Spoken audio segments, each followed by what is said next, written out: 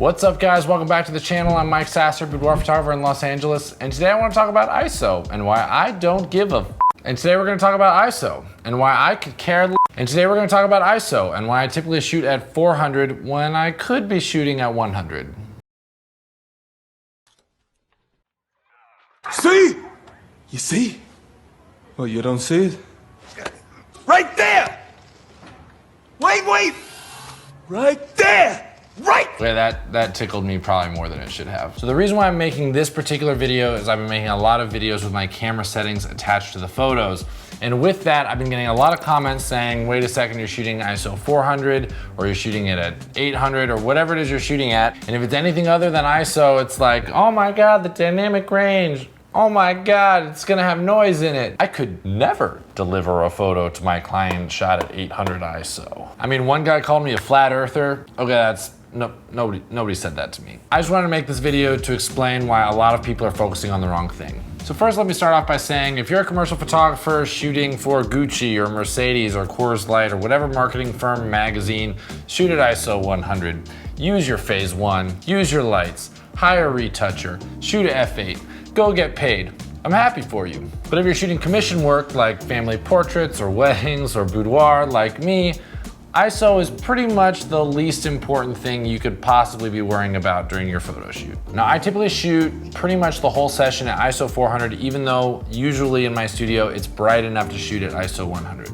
And that is because sometimes it will get overcast. And when it gets overcast, and if I was shooting at 100, I would probably have to bring my shutter speed down to somewhere around a 50th of a second, which is not fast enough for the type of portraits that I do. Because of that, I would then need to adjust 2 out of the 3 exposure compensation methods. So I'd have to raise my ISO and then adjust the shutter speed accordingly. Conversely, after the sun comes back out, I would then have to lower the ISO and then raise the shutter speed, because 100 ISO is at the limit of where you can go with that particular camera setting exposure. It doesn't give you a whole lot of range to go in the opposite direction. Whereas if you sit at 400 ISO, you can pretty much go between a 200th of a second and an 8,000th of a second, and anywhere in between, and you won't be able to tell the difference in what the image looks like. This is allowing me to only worry about one of the exposure methods, and then the rest of the time I can focus on the important stuff, like is my client comfortable? Is she doing the pose correctly? What angle am I shooting with? Is this even the best lens?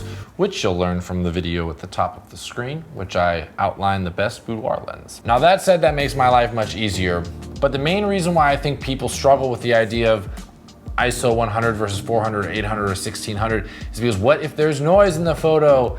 Noise. So let me ask you, is noise even a bad thing? Well, in the days of film, it was film grain, and it's actually a really sought after look. And in my images where the photo's slightly out of focus, I'll just turn it black and white and add film grain in Lightroom, and my clients will say, wow, look at how artistic this photo is. If you've decided that noise and grain is actually really terrible and it's the devil's work, then if only there was like a slider in Lightroom that could reduce the amount of noise. Oh wait, there is. I definitely understand that not everyone has the budget for the latest and greatest gear, so if you're using an older crop sensor body, I recommend you just shoot a little dark, brighten it up afterwards, add some noise reduction,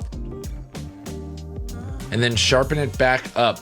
I use Option Alt when selecting the mask slider, so you're only sharpening the edges and not the noise. The bottom line of all of this is if that your client doesn't really care about it, you probably shouldn't either. Photographers are pixel peepers, our clients aren't. And let me be clear, I'm not talking about things like the difference between 1.4 and 5.6 because they don't know the terminology of what an f-stop is.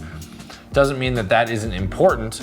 They'll see the 2 pictures side by side and be able to say things like, I like this one better because the background's blurry, or I like this one better because the subject seems to stand out more. That's different than noise because most people who don't have a trained eye won't really even notice it, and even if they did, they don't really know that it's supposed to be bad in the first place. So that probably seemed like a pretty ridiculous rant, but hopefully it shares a little bit of what I think is the more important parts of your photo session versus being so focused on your ISO and where it's supposed to be to get the optimal dynamic range and the least amount of noise and all these things that your clients probably aren't even going to notice at all, when the more important things like client communication, how comfortable your client is, their pose, the light that's falling on them, all these other things take up a lot more mental energy. I think they're way more important in your photo shoots. So I'm gonna post a few more photos at the end of this video that are pretty high in ISO that if you didn't know they were, you probably wouldn't notice at all. If you haven't seen my natural lighting tutorial, I'm going to put a link to that because that video is maybe the most helpful thing that I've put on YouTube so far. So enjoy these